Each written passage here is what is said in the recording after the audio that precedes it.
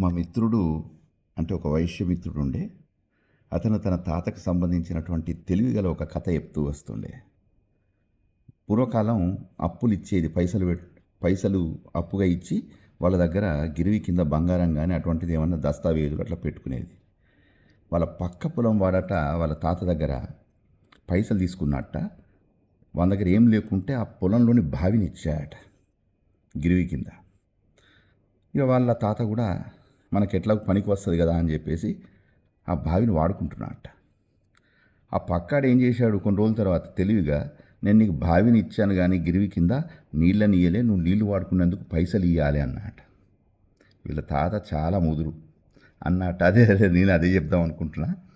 నేను బావిని తీసుకున్న కిరాయికి నువ్వు బటాయి కింద అది గిరివి కింద, కానీ నీ నీళ్ళకు కూడా నా దాంట్లో నా బావిలో ఉన్నందుకు నువ్వు కిరాయి కట్టాలన్నట్ట. దెబ్బకు పై దెబ్బకు నోరు మూసుకున్నట్ట. ఇగో ఇటువంటి తెలివిగల మిత్రుడు ఇటువంటి చెప్తుంటే నాకు చాలా ఆనందమైంది. థ్యాంక్ యూ మా Komatla దోస్తుకు, thank you so much.